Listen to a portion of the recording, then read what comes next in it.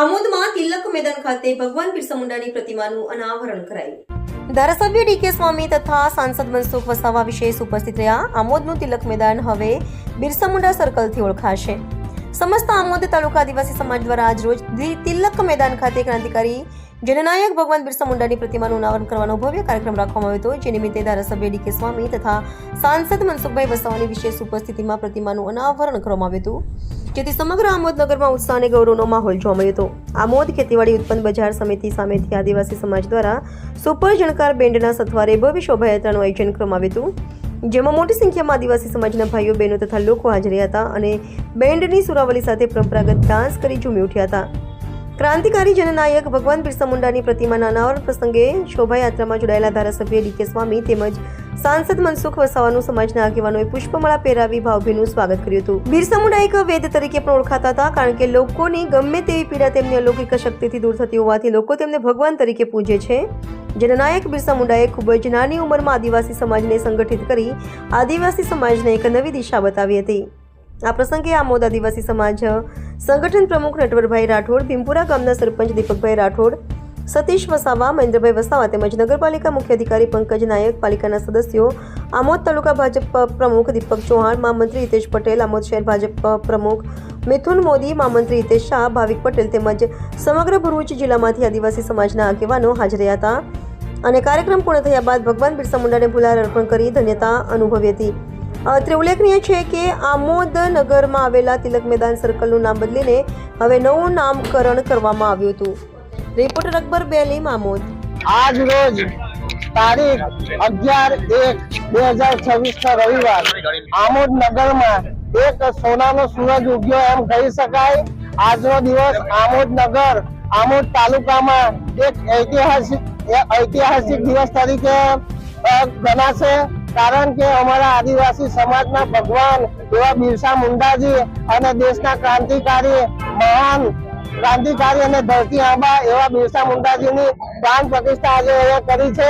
અને આ અમારો તાલુકો એવો છે કે જે બિરસા મુંડાજીને પણ નથી ઓળખતો, અત્યાર સુધી અજાણ હતા। તો અમે જે આ 3.5 વર્ષથી જે આ ગ્રુપ ચલાવી રહેલા છે આમોદ તાલુકા આદિવાસી સમાજ સંગઠન, તો એના માધ્યમથી અમારા સમાજને જે એક પરિસ્થિતિ એવી છે કે એક ઊંધી ખાઈમાં અમારો સમાજ જતો રહેલો છે। જેવા કે મેન વસ્તુ જોવા જાય તો અમારા સમાજની અંદર શિક્ષણનો ખૂબ અભાવ છે, ના બરોબર શિક્ષણ અમારા સમાજમાં છે, વ્યસનો ઘણા છે, બાળ લગ્નો ઘણા થઈ રહ્યા છે, અંધશ્રદ્ધા ઘણી છે, કુરિવાજો ઘણા છે। તો આમાંથી અમારો સમાજ કઈ રીતે ઉપર આવે, તો એના ભાગરૂપે અમે બિરસા મુંડાજીના જીવન પરિચય પર અમે ઘર ઘર સુધી એમના વિચારો, એમના કાર્યોને પહોંચાડીશું અને અમારા સમાજને ઉપર લાવવાને અમારું આ કાર્ય રહેશે। જય બિરસા મુંડા, જય આદિવાસી, ભારત માતા કી જય। આઝાદીની લડાઈમાં અનેક લોકોએ આઝાદીની લડાઈ લડી, એમાં આદિવાસી યુવાન બિરસા મુંડા પણ ઝારખંડમાંથી યુવાનોની સેના તૈયાર કરી, તીરકામઠાની સેના તૈયાર કરીને અંગ્રેજોની સામે લડ્યા। એમની તાકાત જોઈ અને જે યુવાનોની જે બિરસા મુંડાની જે બ્રિગેડ હતી એના તીરકામઠા સાથેનું યુદ્ધની તાકાત જોઈને અંગ્રેજોએ એમની ધરપકડ કરીને એમની સાથે દગો કર્યો અને એમને મારી નાખ્યા। એવો ઇતિહાસ આ બિરસા મુંડાના જીવનમાંથી આદિવાસી સમાજે ઘણી બધી પ્રેરણા લેવાની છે। આઝાદીની લડાઈ તો લડ્યા જ, પરંતુ સાથે સાથે તેમણે આદિવાસી સમાજમાં કે કોઈ પણ સમાજની અંદર કોઈ ભયંકર બીમાર વ્યક્તિ હોય એના માટે પણ એ દવા આપતા હતા। એમની પાસે એવી ઔષધિ હતી ને એમની પાસે એવી કુદરતી કૃપા હતી કે ભયંકર જે ડોક્ટર પણ ના પાડી શકે એવા બીમાર વ્યક્તિને સાજો કરી દેતા હતા। એટલે એને લોકો ભગવાન બિરસા મુંડા તરીકે માનતા હતા। બિરસા મુંડાએ ઓછી ઉંમરમાં 21 થી 25 વર્ષની ઉંમરમાં ખૂબ ક્રાંતિકારી કામ કર્યું। એને આદિવાસી સમાજના ઉત્થાન માટે બહુ સારી ઉચ્ચ કક્ષાની વાત કરી। એમણે તે વખતે કહ્યું, 18મી સદીમાં કહ્યું હતું, આ દેશ ગુલામ હતો ત્યારે એમ કહ્યું હતું કે આદિવાસીનો સાચો વિકાસ કરવો હોય તો આદિવાસી કેટલાક એમના કુરિવાજો છે, અંધશ્રદ્ધા છે, કેટલાક જે વ્યસનો છે, અંધશ્રદ્ધા કુરિવાજોના વ્યસનો છોડી અને અંગ્રેજી શિક્ષણ લેવું પડશે.